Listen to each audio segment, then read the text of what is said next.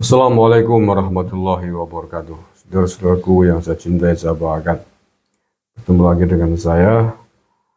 Hari ini hari tanggal 9, hari Selasa ya. Insya Allah hari terakhir di bulan suci Ramadan tahun ini.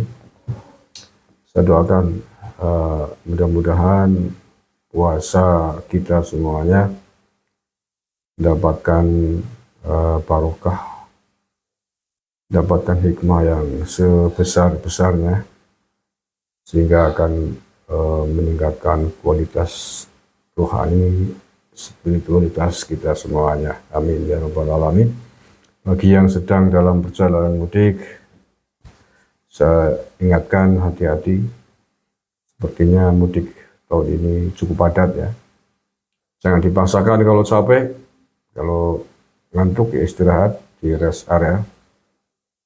Apa gunanya sang serap susu tergesa-gesa, tapi kalau kemudian kecelakaan di jalan, akhirnya tambah lama di jalan kan. Mendingan sabar aja. Alon-alon asal kelakon, salah wong Banyumas. Mudah-mudahan selamat sampai tujuan, selamat berbahagia bersama dengan keluarga semuanya di kampung. Oke, video kali ini adalah video yang terkait dengan surat terbuka pernyataannya Ibu Megawati Soekarno Putri yang dimuat oleh Kompas.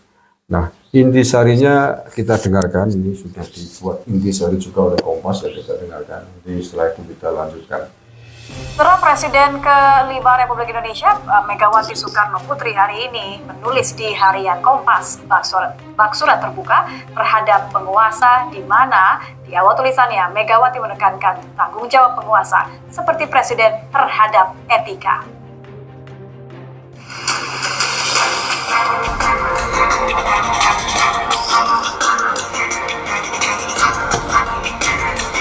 Kenegarawanan Hakim Konstitusi.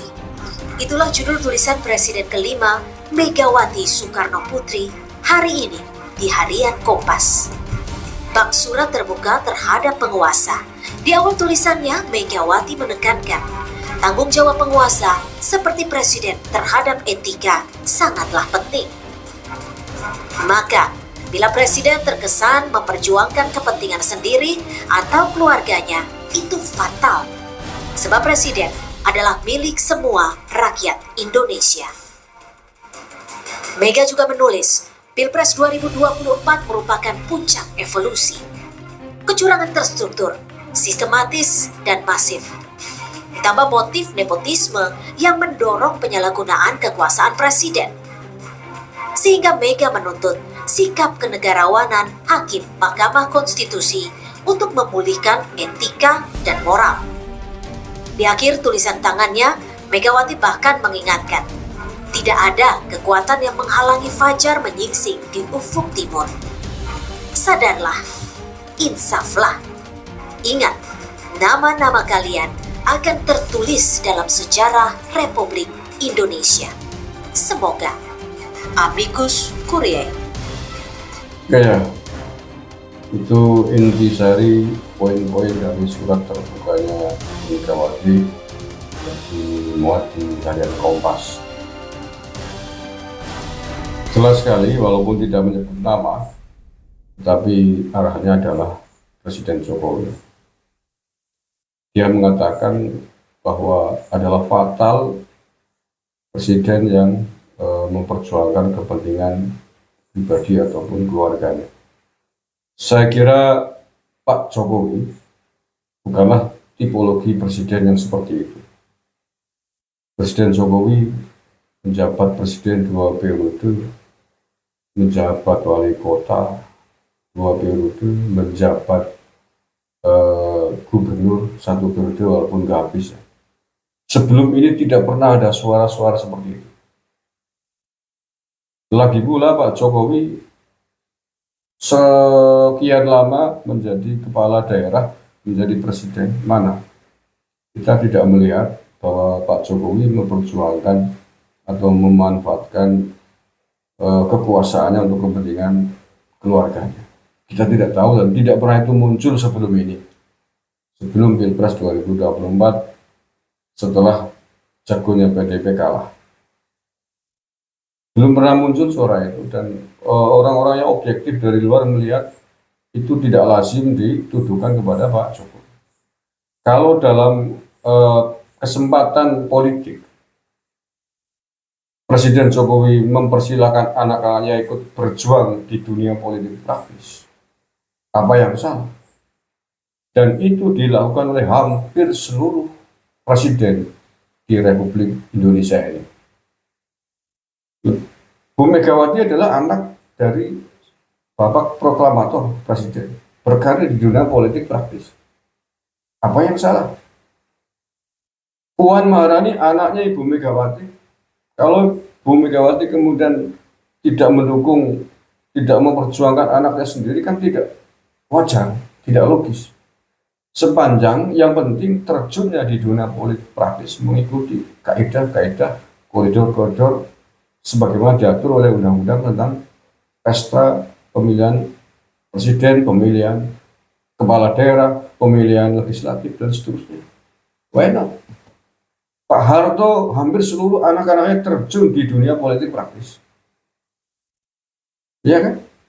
Gus Dur anaknya juga ikut terjun di dunia politik praktis. Setidaknya Mbak Yeni Wahid, walaupun kemudian dalam percaturan politiknya kalah oleh Cak Imin, apapun alasannya, dalam dunia politik kalah. Pak SBY ikut menjadi kontestan Pilgub DKI walaupun kalah. Kalah kan walaupun mantan anak presiden. Anak mantan presiden maksud saya. Ayo. Mana lagi? Hampir seluruh presiden Republik Indonesia ini anak-anaknya ikut di dunia, terjun di dunia politik praktis. Jadi tidak ada yang salah kalau Pak Jokowi juga mempersilahkan anak-anaknya ikut berkontestasi di dalam dunia politik. Karena itu kesempatan satu-satunya bagi putra-putri Presiden Jokowi untuk ikut berkiprah di dunia politik secara wajar, sesuai dengan peraturan perundang-undangan yang berlaku, daripada memanfaatkan jabatan untuk bisnisnya, daripada memanfaatkan jabatan bapaknya untuk memeras, untuk menteror dalam tanda petik, untuk nepotisme, dengan kepentingan-kepentingan pribadi, bisnis, usaha, dan lain sebagainya. Dan itu tidak ada yang melakukan itu kan, putra-putrinya Pak Jokowi. Tetapi bahwa kesempatan untuk ikut berpolitik praktis, ikut kontestasi dalam Pilpres kemarin, dalam Pilkada, di dunia partai politik, itu adalah hak yang sama. Tidak ada yang melarang undang-undang, tidak ada undang-undang yang melarang putra-putri presiden tidak boleh ikut terjun di dunia politik praktis. Mengapa kemudian hanya Pak Jokowi yang dituduh seperti itu? Dianggap melanggar etik, dianggap memanfaatkan kekuasaan untuk kepentingan keluarganya, dan disebut fatal. Semua presiden melakukan itu. Satu itu. Yang kedua, kalau kemudian menyinggung Mahkamah Konstitusi untuk memperhatikan etika dalam kemarin mengadili sengketa hasil Pilpres. Etika yang seperti apa? Moralitas seperti apa? Etika dan moralitas yang harus dijunjung tinggi oleh para hakim konstitusi adalah etika-etika yang telah diatur sesuai dengan undang-undang yang berlaku yang mengatur tentang kewenangan Mahkamah Konstitusi. Kalau etika-etika dalam pengertian yang umum sifatnya absurd, dan itu multitafsir. Etikanya orang Jakarta berbeda dengan etikanya orang Banyumas. Etikanya orang Jawa Timur berbeda dengan etikanya orang Jawa Barat. Etikanya orang Jawa Tengah berbeda dengan etikanya orang Kalimantan. Secara tata peradaban etika yang berlaku sesuai dengan budayanya masing-masing berbeda. Marahnya orang Banyumas berbeda dengan marahnya orang Solo.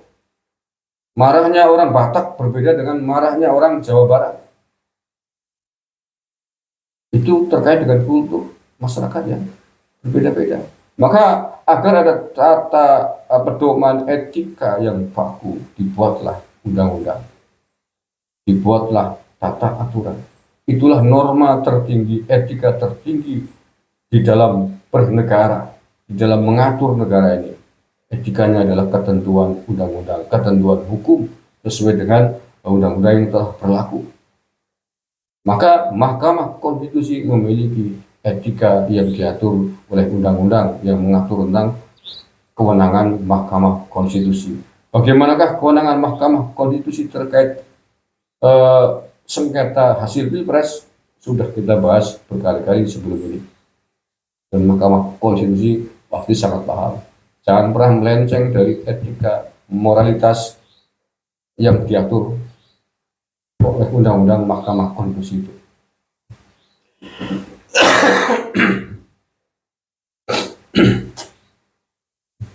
Dan jangan dan tidak usah kemudian mengancam-ngancam nama-nama hakim konstitusi itu dicatat oleh seluruh rakyat Indonesia. Ya, justru kalau Mahkamah Konstitusi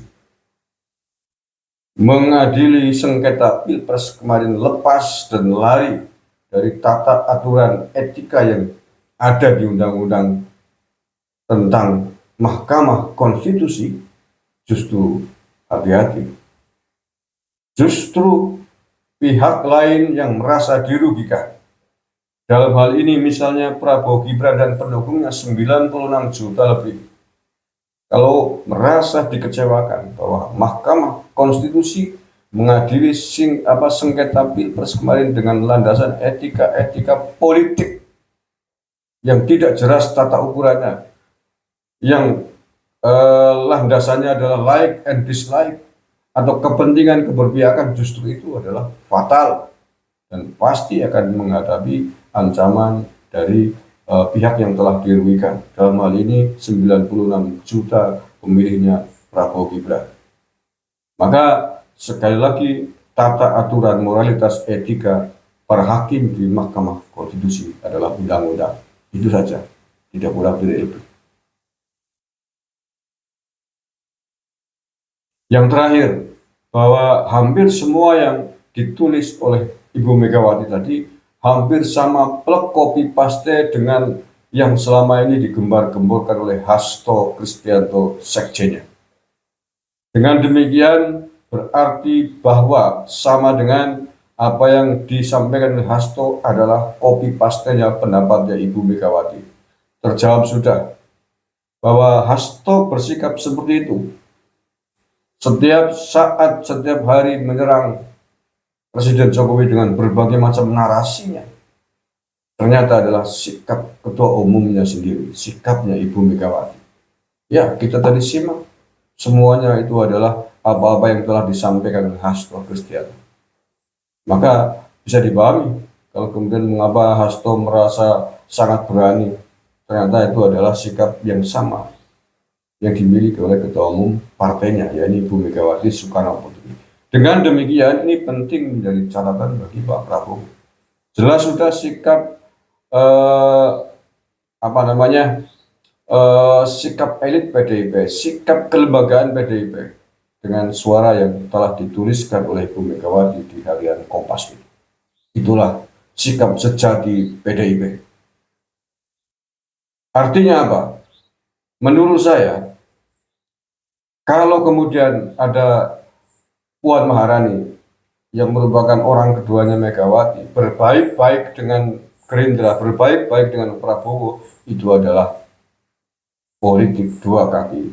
Itu adalah akal-akalan agar Puan Maharani masih punya kesempatan yang baik di dalam percaturan politik pemerintahnya Pak Prabowo Gibran besok. Salah satu yang diincar oleh PDIP adalah ketua DPR RI. Mungkin itu mengapa kemudian Puan Maharani bersikap lembut, bersikap baik, tidak ikut-ikutan seperti Hasto. Mengatakan akan bertemu Prabowo, berbaik-baik dengan politisi Gerindra. Mungkin dalam kaitan meraih target politik yang lain di kursi DPR RI sebagai ketua umum DPR RI. Nah, itu terserah monggo politisi-politisi Gerindra di DPR RI apakah akan dikasihkan kepada Puan Maharani ketua DPR RI atau mungkin akan ada wacana yang lain untuk diambil ketua DPR RI tidak harus dari PDIP. Memang cukup berbahaya ini kalau sikap lembaga partainya memusuhi Pak Jokowi. Memusuhi Pak Jokowi menurut saya sama dalam kurung memusuhi Pak Prabowo. Karena Pak Jokowi adalah koalisinya Pak Prabowo. Kalau ini terjadi, kalau kemudian ketua DPR RI-nya adalah Ibu Puan Maharani dari PDIP, nanti sedikit-sedikit hak angket, Prabowo salah sedikit hak angket, bisa terjadi begitu. Lain halnya kalau kemudian membuat sebuah keputusan koalisi besar bersama. Tapi kalau mau berkoalisi dengan Gerindra, berkoalisi dengan Pak Prabowo, pemerintahnya, ya hentikan. Nggak usah mengucat menjelek-jelekan Pak Jokowi. Karena itu pasti akan membuat tidak nyaman Pak Prabowo. Menjadikan Prabowo tidak enak. Karena kalau kemudian Pak Prabowo berbaik-baik pula dengan PDIP, seolah-olah meremehkan atau tidak memperhatikan rasa yang dimiliki oleh Pak Jokowi yang dihajar terus-terusan oleh PDIP. Kan begitu. Nah, ini menjadi PR penting, harus disikapi yang jelas menurut saya, sikapnya PDIP disikapi yang jelas oleh Pak Prabowo dan koalisi partainya di DPR. Agar jelas lah, nggak usah abu-abu, nggak usah pilih-pilih, nggak usah mencela-mencela, kalau oposisi semuanya, kalau mau koalisi ya koalisi semuanya. Terima kasih. Assalamualaikum warahmatullahi wabarakatuh.